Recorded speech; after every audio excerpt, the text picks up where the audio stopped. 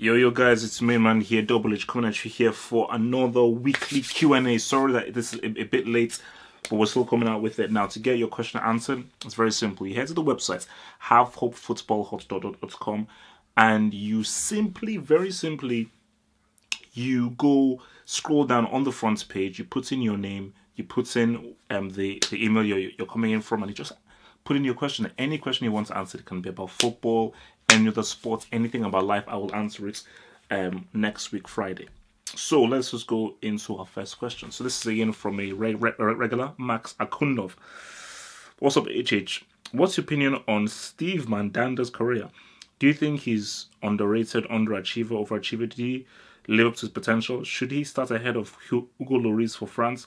I know this might be kind of a hard question, but I just wanted to get your take on Steve Mandanda's career. And if Manchester United go trophyless this season, and after spending over £350 million in 2 seasons, do you think Mourinho should get sacked? Thank you for putting on the best analysis.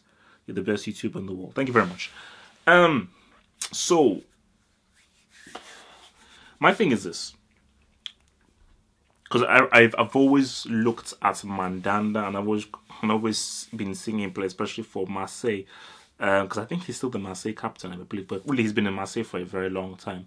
I think he's actually been Marseille his whole career, I think. And my thing about Mandanda specifically is I do feel like he needed to have moved to a big club, and he needed to be given much more of a chance in the France national team, because Hugo Lloris, again, I think he is overrated. I do think he's overrated, and I do feel that if Mandanda was given much more of a chance in that team, in the French national team, and let's say if he moved to like a Manchester United or even like a Bayern Munich, I do feel that people would have respected him more. I don't think he gets the same respect because it's Marseille, who haven't really been relevant since the days of flipping Marcel Desailly. So I think he needed really that big club move, but still within that, I still think that his performances warranted a place as France's number one, whereas Hugo Lloris has not really been that consistent. Said if he doesn't go trophyless this season after spending £350 million. If they go trophyless this season, I mean, it is a lot of money. £350 million is a lot of money, but remember, they did win like 3 or 4 trophies last season. So I think even if they go trophyless this season, I think it will be too much to sack him. Because remember, he's still building. He is still building, and the season is not out. But let's just assume that he doesn't go trophyless. There will be an argument to sack him based on how much he has spent. But he can still turn around and say, look at what I did with you last season. And look at how successful we were last season. Remember, they're going up against a superb Man City who have been absolutely incredible. Because United have not been that bad, but City have just been exceptional. But yeah, I think it would be too much to sack my boy, even if they go trophyless in the season. Next question. Thank you for the question. Manfred Gunza. Do you think Tottenham are serious contenders for the Champions League? They have an excellent chance of topping their group. Unlike teams like PSG and Barcelona, their defense is very hard to break down. If your answer is yes, who do you think are the best teams to try and stop them? No, I don't see Tottenham as serious contenders for the Champions League. I do see them as outsiders, and having a very outside shot. But no, I don't see them as serious contenders. And even if they may have a better defense than PSG and Barcelona have a far superior attack to them. But I do see that Tottenham, they should have a good run. They should have a good run because they're a very good team. They're extremely well coached. They've got a great defense, quality defense. I mean, Vertonghen and Alderweireld are 2 superb defenders. So I think, keeping that in mind, I do think they're definitely a team to watch. But I don't think that it's a team who you can really say you can put on the same level as Barcelona, PSG, Bayern, or even Real Madrid. Even if they beat Real Madrid, I wouldn't trust them to beat Real Madrid in a semi-final over 2 legs, personally. So next question here, we've got from James Lombardo. Now, if Atletico not likely to progress in the Champions League, do you think the board will sack Simeone? It may sound far-fetched, but looking at this much deeper, he's not won a single trophy since that title win in 2014 and hasn't finished above 30 since then either. In my opinion, it's time to move on.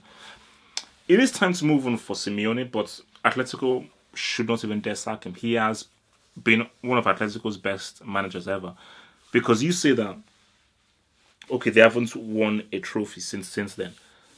Remember, Atletico are in the same league as two of the biggest clubs in the world, and two of the best clubs in the world that have two of the best teams in the world. One of those clubs has arguably the greatest club of football of all time, and another of those clubs is the richest and the most expensive and the biggest club in the world. So when you're competing against that, if you go trophyless seasons after season, look, man, it's fine. Because look, 2 Champions League finals, still ended up winning a La Liga, and even that La Liga triumph was against all odds, because when you look at how much Atletico have to spend compared to the money and the talent that Barcelona and Real Madrid have, it is pretty much an impossible task to try and win a title. So you know what, I think, you need to really schedule that before you call for his sacking. But I do agree with you in the sense that it is time for him to move on.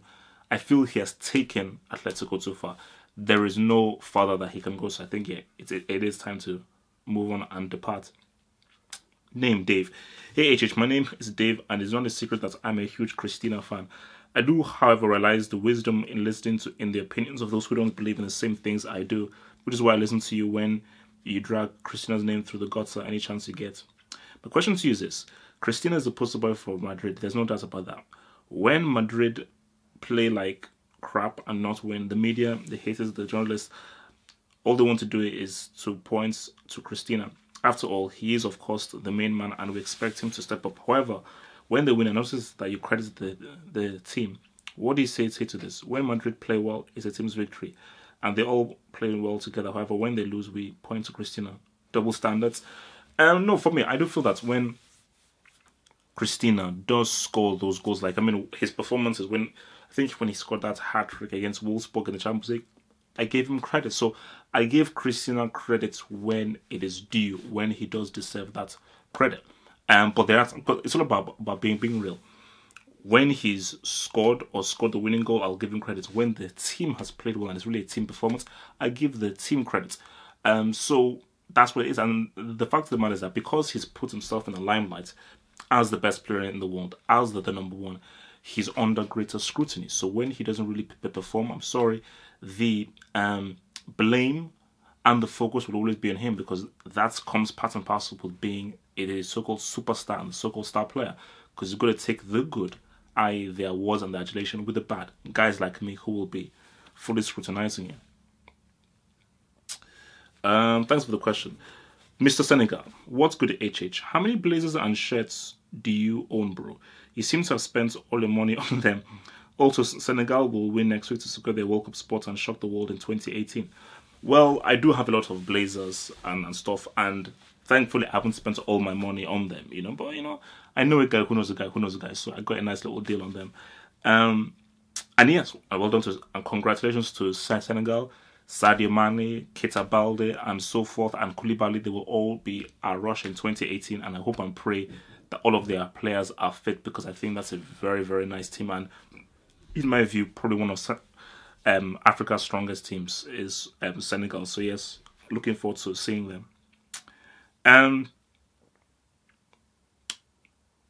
Juliet, based on horseman criteria, the likes of Garrincha and Iniesta should both be horsemen, both instrumental in the World Cup. Some Brazilians say Garrincha was better than Pelé. Also, he redefined the sport as he was one of the first flair players and inspired generations of Brazilian players. Quote from Pelé, I would not have been a 3-time World Cup winner without Garrincha. Obviously, yeah, I know Garrincha. Garrincha is actually one of the best dribblers ever. When you look at some of the dribbling he did, it was absolutely stupendous. And Iniesta, again, bloody good player, great player. But when I think of people that transcended the sport, I don't think they transcended the sport. Again, I look at the people like Beckenbauer, I look at Pele, you look at Maradona, you look at Zidane, you look at Ronaldo. These 5 players, they transcended the sport. They redefined their position, and they were greater than just being great players. They went that extra yard, and they went that omnipotent level that I think people like Iniesta, Garrincha, Lionel Messi, and Cristiano haven't. So the horsemen, it's you need to do that extra thing. It's that extra level. Thank you. Hassem Zahab. Hi HH, hope you're doing well. Well, my question is, considering AC Milan's underperformance this season, especially in the Serie A, who is to blame, and will firing Montella save the season? My personal opinions are with 11 new players, Montella needs time, like at least 6 months to make them gel and build chemistry, and that results will come with time. We bought a mixture of talents like Silva and Kessa and world-class like Bonucci and Bilia. Bilia isn't world-class, by the way. And the team will play eventually. What do you think? Montella needs to be sacked. Even if you give him 6 months, 11 new players, Montella is not the kind of manager or coach that can coach a team to a title and can make a team truly great. He can coach like a Sassuolo or a Sampdoria. He can't coach like an AC Milan to really take them to the next level. I think they need a different manager. They need a different coach. Someone like a Simeone or someone like even like a Conte, and they need to just redefine their approach to how they want to play. Because yeah, I mean, as of right now, I ain't feeling what Montella is doing. He's the wrong guy for it, completely. So yeah. Blackwater. Hey HH. In Friday's hangout, you brought a funny act about Thomas Muller scoring more World Cup goals than Messi and Cristiano combined. So now add 2 more interesting facts. Okay. 1. Messi and Cristiano scored only against Iran, North Korea, Ghana, Serbia, Montenegro, Bosnia and Herzegovina, and the great fatherland of Nigeria. Okay. 2. Messi and Cristiano never scored in the knockout stage. Are you shocked by it? And how do you think if it is a disgrace for players labelled as still the greatest ever? It is a disgrace. And the funny thing is that people never mention that. People never mention that these so-called greatest players of all time have never scored in the knockout stage of the World Cup. That's embarrassing. That is truly embarrassing. I think I'm going to tweet that out. I think I'm going to tweet that out right now. Thanks again, man. That's an interesting fact. Okay, fanboys. You realize... Oh, God. Sorry. You realize your idols, Christina and Messi, oh come on, and Messi have never scored in the knockout stage of the World Cup. Just put that out there. Thank you for that. Beautiful. From Saad. Hello HH, this is Saad from Kuwait, and I've been watching your videos for the past 4 years. Thank you. I admire your consistency throughout the years and the ability to cover all competitions in a fun and insightful way. I'd like to ask, what is your best starting 11 of all time? I struggle a bit with this, but here is mine. Buffon, Alves, Beckenbauer, Baresi, Maldini, Iniesta, Vieira, Ronaldinho, Messi, Maradona, and Ronaldo. Of course, there's only one Ronaldo. This isn't Christina. For me, that has to. I mean, I need to have time to think about it, you know. But I mean, just off the top of my head, just if we're going to use your formation, Khan, Bart Simpson, A.K. Lam, Desai, Cannavaro, Marcelo. Then my 2 would be Vieira and Davids. Then I would what kind of formation are you using? Okay, yeah, 4-3-1. No, 4-2-3-1. So, and then I'll have definitely I'd have Maradona, Ronaldinho, and probably then Dennis. And no, okay. In the middle, I'd have Zidane, Vieira, then Ronaldinho, Zidane, Ronaldinho. Yeah, Ronaldinho, Beckham, and Maradona, because in the middle I'll have Zidane and Vieira, and then of course Ronaldo as my striker. That's tough, but you know, you have to always keep on thinking about it. That's always a very tough question to ask. John Stones, hello HH, this is from Dylan Holmes. Hey, hello HH, what do you think has happened to John Stones that has improved him this season? Last year he was not as comfortable playing out from the back, and his defending was very suspect. But now he looks very composed and his defending has improved a lot. Guardiola. I mean, Guardiola is the reason. Guardiola has improved him greatly, and I think people need to appreciate Guardiola's coaching. I still think Guardiola is an arrogant prick, but at the end of the day, I've got to put my personal feelings aside and say The way he's improved John Stones is amazing. He's still not there. He's still not elite, but how he has gotten better with his defensive positioning and his distribution and his ability on the ball, and also knowing his defensive duties, you've got to give credit to himself from getting down and working and training hard, but also to Guardiola's coaching. So I think it's down to Guardiola and his hard work. Whale Dongos, HH, are you able to bring back the legends focus? And do you say Pep's arrogance because he doesn't pack the bus like you know who? People claimed he had the players. Look now, keep up the good work. Best football analysis out there. Mohamed Salah's a horseman. Okay, yeah, I would try and bring back the legends focus, and I just think Pep is arrogant because of just his mannerisms and his character, not because he plays attacking football. His football can be quite annoying, but his football with the Man City is amazing. I don't like his attitude. He's got a very smug, aura about him. Max Okundov again. Hey HH, what's your take on my all-time starting 11? Who would you keep? Who would you take out? Formation 4-4-2. Buffon, centre backs Cannavaro, Sergio Ramos. I'll take out Sergio Ramos. Marcelo. Right back Bart Simpson, aka Lam. Central midfielder Zidane, Maradona. Left wing Cristiano. I'll take out Cristiano. Right wing Garrincha. Okay. Strikers Ronaldo, George Weah. Okay, I'd have that. Also, do you think Ronaldo and George Weah could form a complementary strike partnership, or are they both lone strikers? I do feel that Ronaldo and George Weah would form a great partnership because Ronaldo could either play as a lone striker or a supporting striker, because Ronaldo has such an amazing all-round game. He could play a little bit deeper from George Weah and be able to get the ball in the pocket and have the intelligence and the ability and the technical skill to navigate that position and thread balls into George Weah and play off of him. So I think that would be a scary partnership, man. Imagine that Ronaldo, George Weah. Whew. PQU Disney. Hey HH, do you agree with Guardiola's statements about Fernandinho being a top 3 defensive midfielder in the world?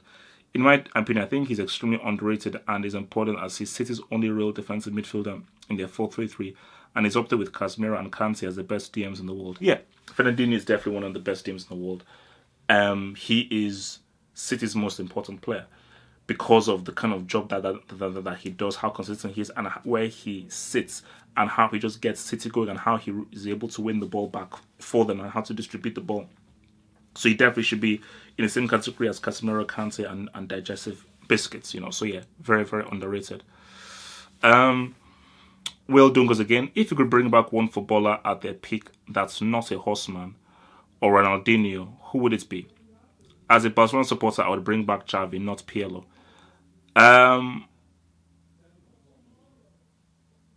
Pirlo. Simple as that. Pirlo. I don't care what anyone says. Pirlo.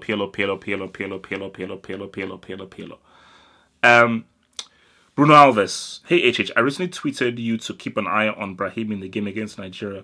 I don't know if you're doing this before or after the game, or even if he played, but he plays in my club, FC Porto, and I think he's very underrated.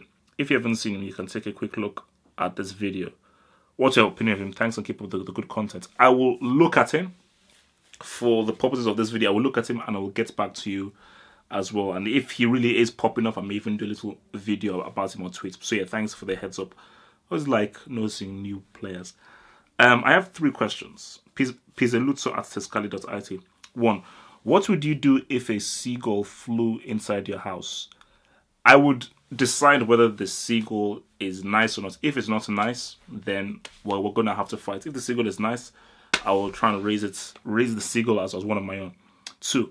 What's your idea about teams like Cagliari and Eibar? Will both of them be able to survive comfortably in Serie A and La Liga, or will they struggle? They will struggle. That's a fact. 3. Who's going to win the Europa League? Put into consideration that Atletico Madrid and Napoli will probably join them in the competition. Dortmund have already been relegated from the Champions League, and teams like Milan, Lazio, Zenit, Arsenal and Villarreal are in the mix. If Atletico take it seriously, I think they can probably win it, but I would stick... Napoli will concentrate on the Serie A, so they'll put it as a weekend team in the Europa League. Dortmund are clowns. I think it's going to be between Lazio. It's going to be between Villarreal or Lazio. You know, between Villarreal or Lazio. If I had to choose, I think Lazio have a good chance. Maybe Villarreal. Manfred Gunza. Hello HH. Would you ever like to see a World Cup tournament and with continents rather than individual countries, it would give a much bigger chance to teams such as Africa, and the competition as a whole would be very competitive, even if it was only for a small period of time. They used to do this before, where it was like Africa against Europe, Europe against South America. That's cool. I think, yeah, I wouldn't mind saying that. Obviously, it's kind of replace the World Cup. But yeah, I would, because they used to do it before. The best Africa 11 against the best Europe 11, World 11 against the best Europe 11. So yeah, I would definitely like them to bring that back, because that was actually very fun and it was a nice novelty idea. Wasif Raha. Hi HH, I've been watching your videos since 2014 World Cup, and my question is, should Madrid sell Benzema and bring in a quality winger, someone like Hazard, and move Cristiano to the number 9 spot? Do you think it will work? Cristiano works best as an attacking winger. I don't think he works well as a striker. But Benzema should definitely be removed. And I think if you take out Benzema and you bring in Hazard, I do think that maybe you can play. I mean, I suppose you could play Cristiano as a striker, but you give them instructions to be very fluid. So where Hazard can go into the striker's position, Isco can go into the striker's position, Asensio can go into the striker's position. So I think if you make it very fluid and it's not a rigid front three, I do think that would work, like with a Hazard, Isco, or Hazard, Asensio, Cristiano front three. That is interchangeable. But yeah, Benzema is trash, complete trash. Following Babalola, dear HH, do you think if Messi wins the World Cup, he surpasses Maradona as the greatest player of all time? Do you think Argentina can? If so, how? Where would he play Messi? Which team would he play? Messi, if Messi wins the World Cup, I probably wouldn't put him past Maradona. I probably wouldn't put him past Maradona. I still say that Maradona is the greatest of all time. And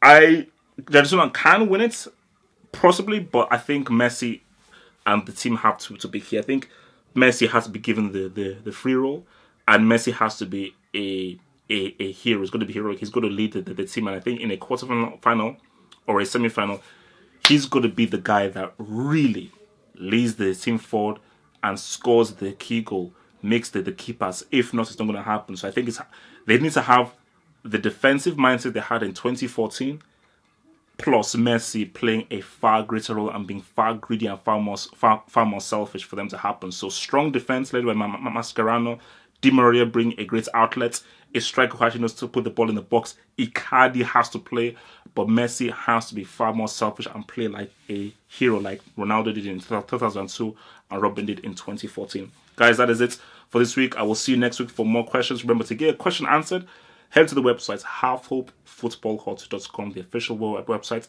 The link is below in the description box. Scroll down to contact us, put in your name, your email, and put in the question you want me to answer. Peace out, stay true, stay black.